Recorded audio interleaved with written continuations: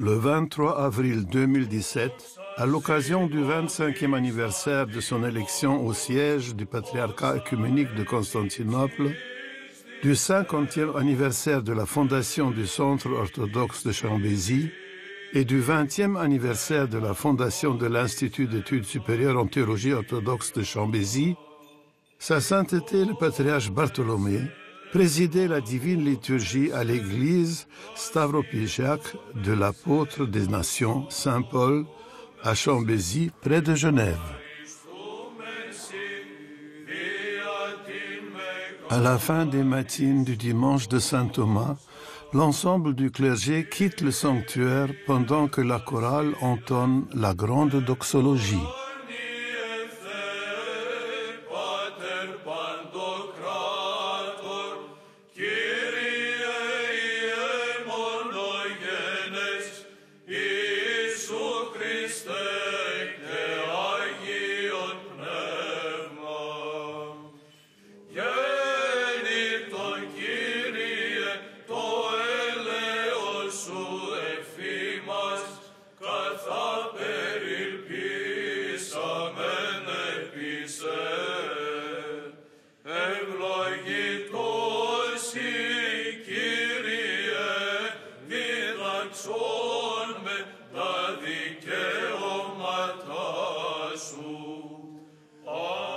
À la fin de la doxologie, la chorale chante 3 fois le Trisagion. Saint Dieu, Saint fort, Saint immortel, aie pitié de nous.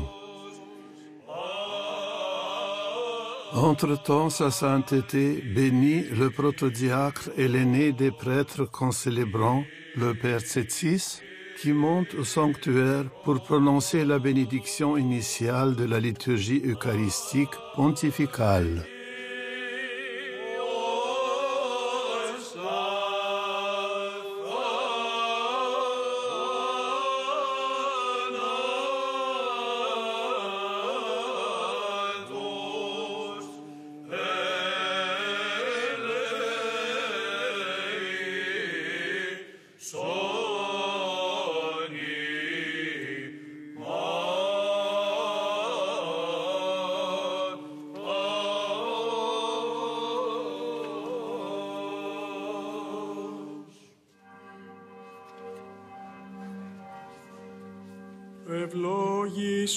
Au son des cloches, la bénédiction initiale retentit. Béni est le règne du Père et du Fils et du Saint-Esprit, maintenant et toujours et dans les siècles des siècles.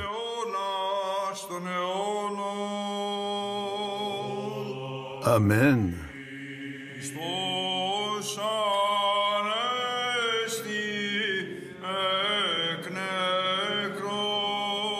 Comme pendant toute la période pascale, l'aîné des prêtres concélébrants chante 3 fois l'hymne « Le Christ est ressuscité des morts, par sa mort il a vaincu la mort, et à ceux qui sont dans les tombeaux, il a donné la vie. »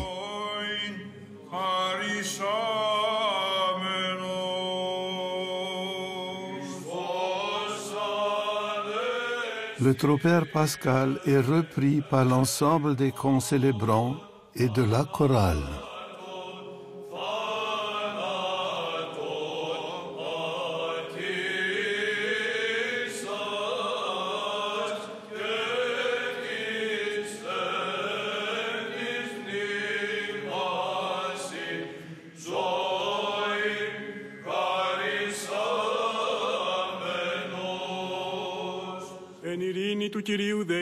Le protodiacre entame la grande litanie.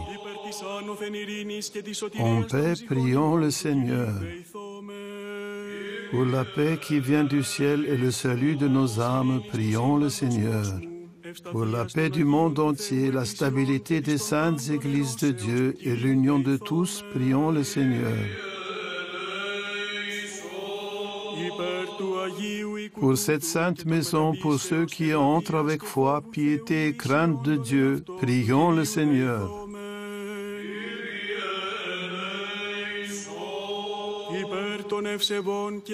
Pour les fidèles pieux et orthodoxes, prions le Seigneur.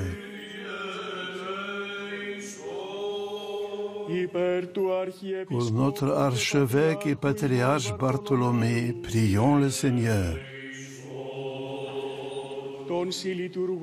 Pour les évêques qu'on célébrons, tout le clergé et tout le peuple, prions le Seigneur.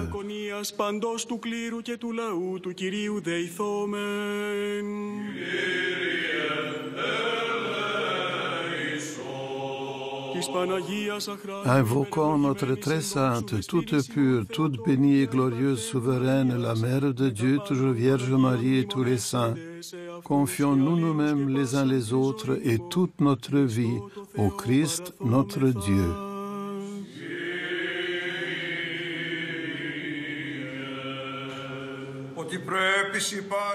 Car à toi appartiennent toute gloire, honneur et adoration, au Père et au Fils et au Saint-Esprit, maintenant et toujours et dans les siècles des siècles. Amen. Αναστήτω Θεός και διασκορπιστήτως αν οι εχθροί αυτού και φυγέτως αν αποκρουστούν. Au début de la petite entrée, l'aîné des prêtres donne l'évangiliaire au protodiacre qui va en procession le présenter au patriarche. Pendant que la chorale continue le chant, le Christ est ressuscité.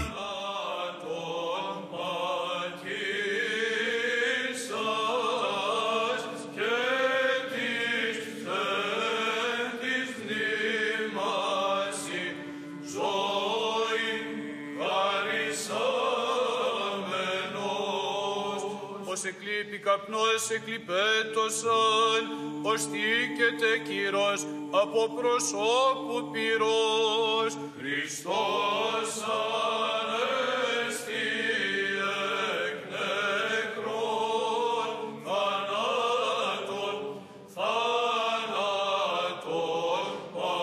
πατήσας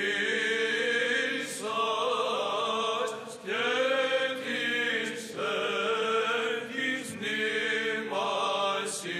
Le patriarche, ayant embrassé l'évangiliaire, bénit ensuite tout le clergé et tout le peuple présent avec les trikyries et dikyries.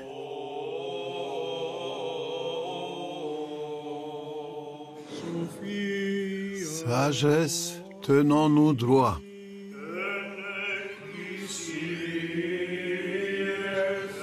Ensuite, le patriarche et tout le clergé chantent « Venez, adorons et prosternons-nous devant le Christ.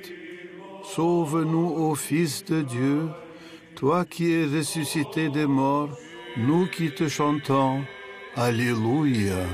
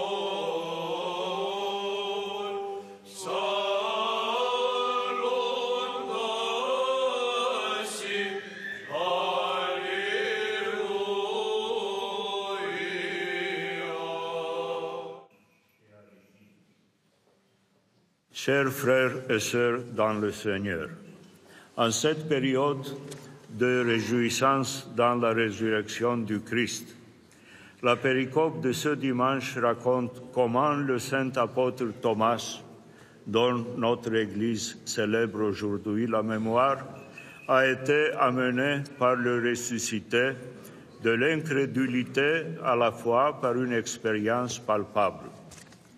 Le jour de la résurrection, le Christ était apparu aux apôtres en l'absence de Thomas. Alors qu'on lui annonçait la nouvelle de la résurrection, celui-ci répliqua à ses confrères: « Si je ne vois pas dans ses mains la marque des clous, si je n'y mets pas mon doigt, et si je ne mets pas ma main dans son côté, je ne croirai pas. » Thomas voulait arriver à la foi par l'expérience personnelle et immédiate du toucher. L'hymnographe, dans les hymnes de ce dimanche, clame que Thomas reçut la grâce de toucher le Christ et de lui crier « Tu es en vérité mon Seigneur et mon Dieu, o Kyrios mu και ο Θεός μου ». En effet, le 8e jour de la résurrection, le Christ vient guérir l'incrédulité de Thomas en apparaissant de nouveau aux apôtres en sa présence et lui dit alors: « Avance ton doigt ici et regarde mes mains. Avance aussi ta main et mets-la dans mon côté. Ne sois pas incrédule, mais crois. » C'est alors que Thomas confessa le Christ ressuscité comme son Seigneur et son Dieu. L'hymnographie du Pentecosteur affirme que le ressuscité s'est servi de l'incrédulité de Thomas pour affermir ainsi vers la foi le chemin des incroyants. La foi, qui est le fondement du salut, ne se réfère pas à l'appréhension d'une vérité abstraite par la raison, mais concerne une relation intime avec la personne du Christ qui a dit à propos de lui-même: « Je suis la voie, la vérité et la vie. Εγώ είμαι η οδός και η αλήθεια και η ζωή. » Le Christ ressuscité accorda au saint apôtre Thomas la grâce de le conduire de l'incrédulité à la foi par une expérience concrète. Ainsi, son incroyance est devenue un doute positif, dans le sens où elle manifestait son désir interne de rencontrer la personne du ressuscité face à face et avoir un contact complet avec elle, avec la personne divine du Christ.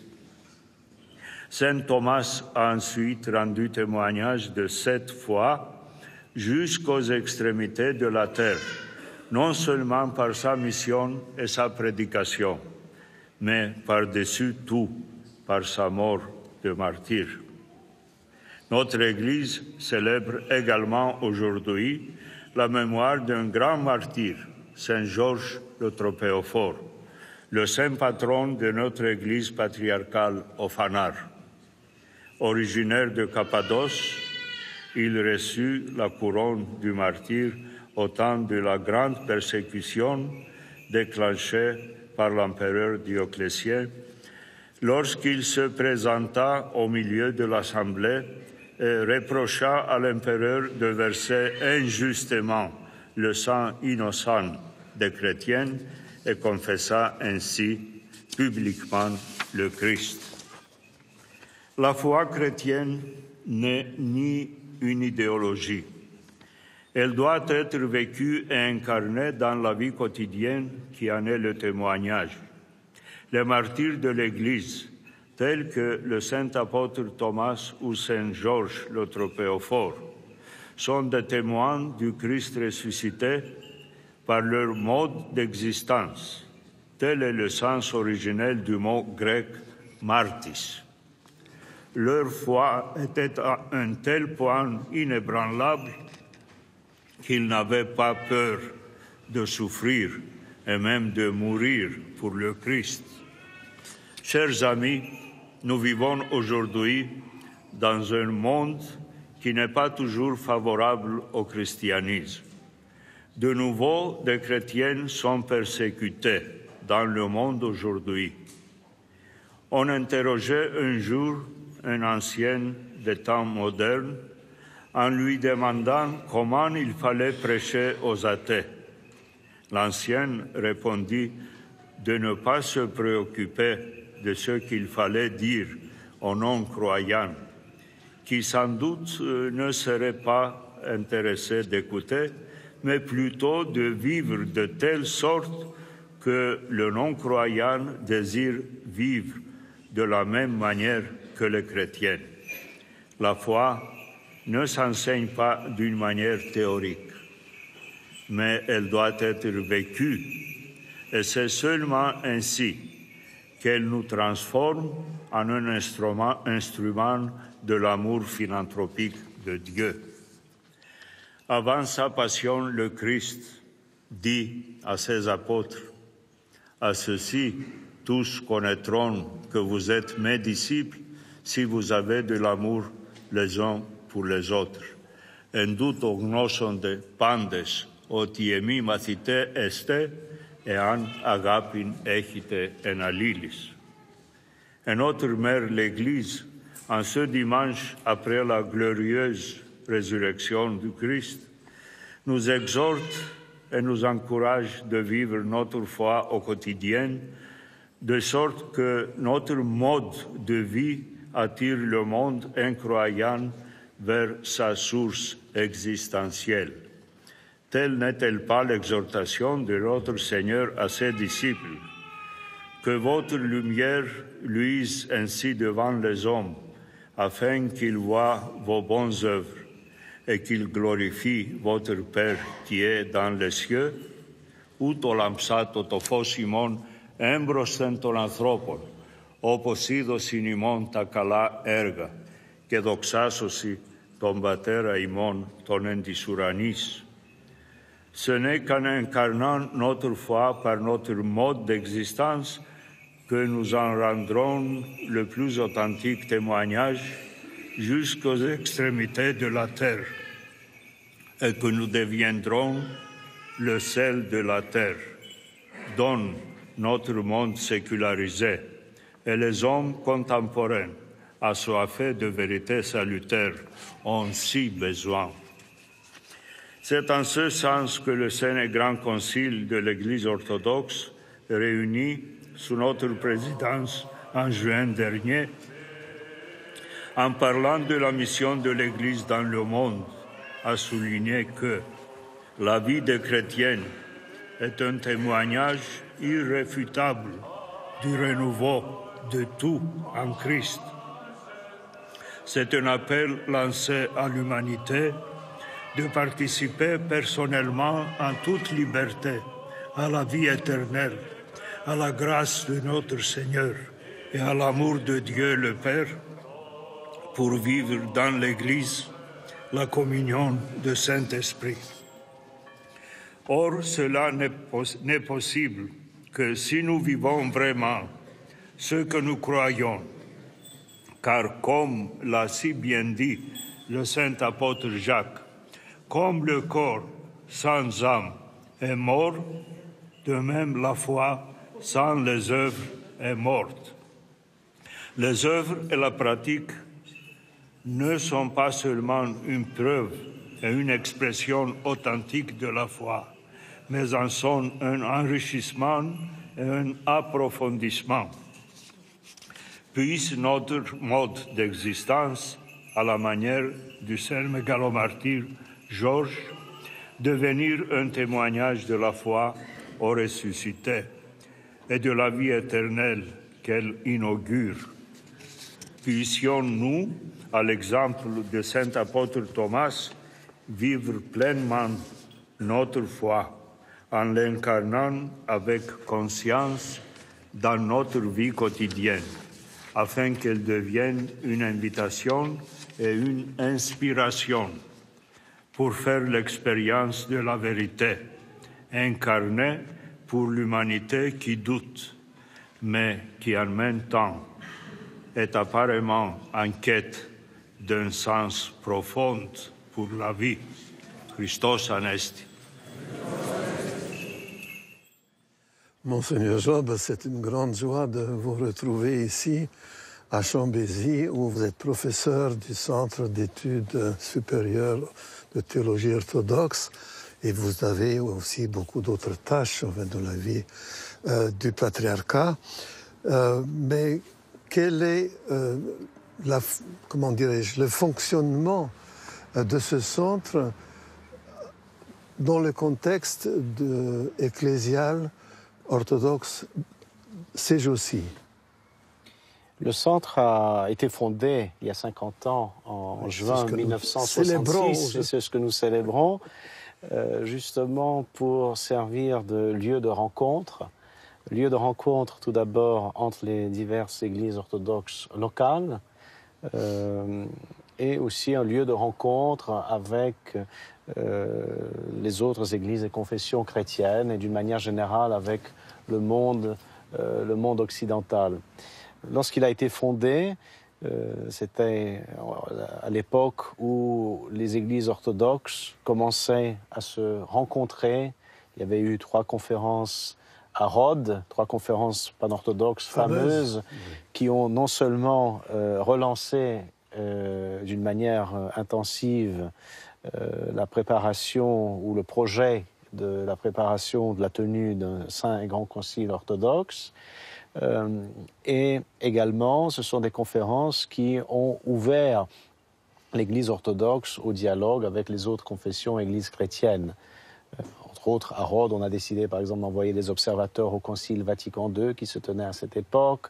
On a décidé d'entrer en dialogue avec l'Église catholique, les anglicans, puis par la suite les luthériens.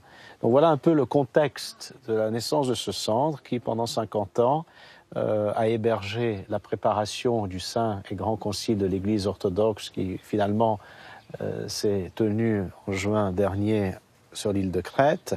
Toutes les réunions préparatoires auxquelles les 14 églises orthodoxes autocéphales ont participé se sont réunies ici. Et c'est aussi ici que se sont réunies les diverses réunions préparatoires pour mettre en place les différents dialogues bilatéraux dans lesquels l'Église orthodoxe s'est engagée avec les chalcédoniens, avec les catholiques, avec les anglicans, les vieux catholiques, les luthériens, les réformés. Aujourd'hui, donc, nous nous trouvons 50 ans plus tard. Nous nous trouvons après le Saint et Grand Concile de l'Église orthodoxe. Où nous nous sommes vus. Ouais. Alors, quelle est la raison d'être du centre aujourd'hui? Est-ce que le centre a toujours une raison d'être après cela? Eh bien, évidemment qu'il a une raison d'être, puisque le centre a été un pionnier en la matière. Il faut être conscient que beaucoup de choses se sont passées, beaucoup de choses ont été accomplies dans la joie, mais aussi dans les pleurs et les douleurs. Il faut se rappeler que dans la première moitié du XXe siècle, les choses étaient loin d'être évidentes. Les églises orthodoxes n'étaient pas aussi en lien les unes avec les autres comme elles le sont aujourd'hui. Et les chrétiens d'Orient et d'Occident se regardaient un peu en chien de faïence, mais sans trop avoir de relations concrètes. Aujourd'hui, nous vivons dans un cadre totalement différent, heureusement, et ce sont les fruits de tous ces travaux d'il y a 50 ans ici au Centre orthodoxe. Le Centre orthodoxe continue aujourd'hui son travail. Je vous parlerai peut-être simplement d'un aspect, mais qui n'est pas le seul aspect. Nous avons ici auprès du Centre l'Institut d'études supérieures en théologie orthodoxe, qui a été fondé par le métropolite Damaskinos Papandréou de bienheureuse mémoire, qui a été le premier directeur du centre, premier recteur de l'Institut.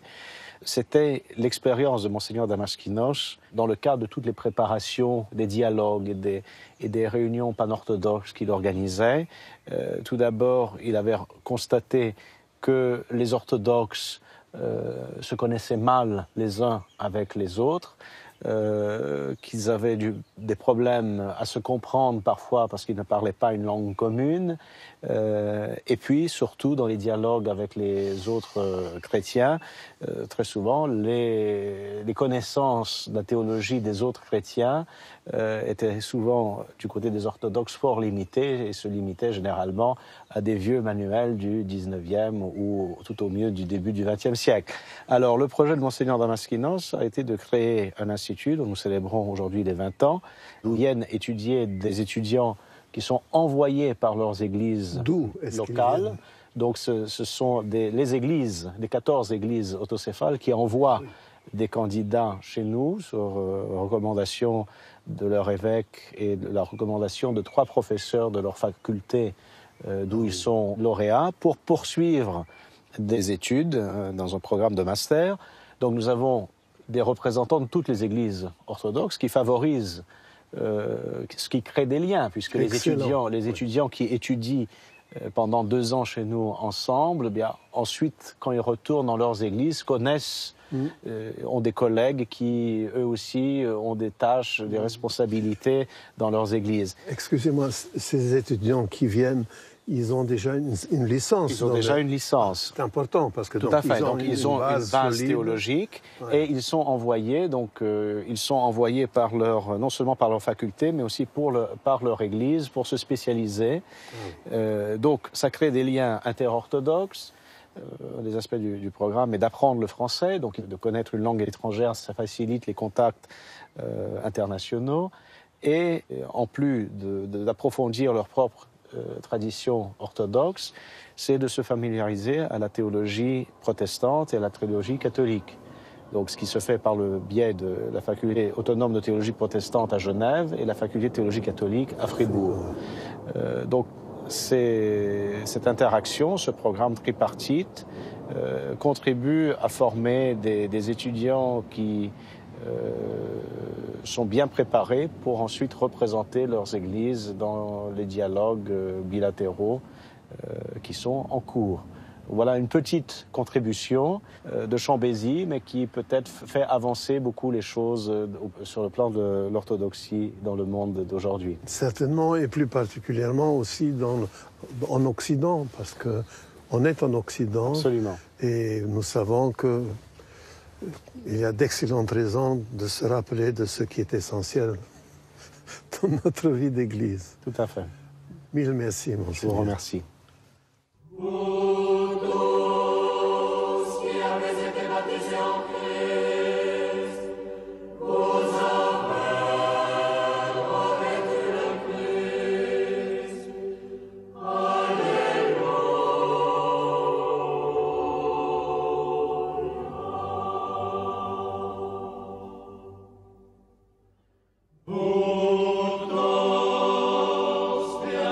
Baptisé en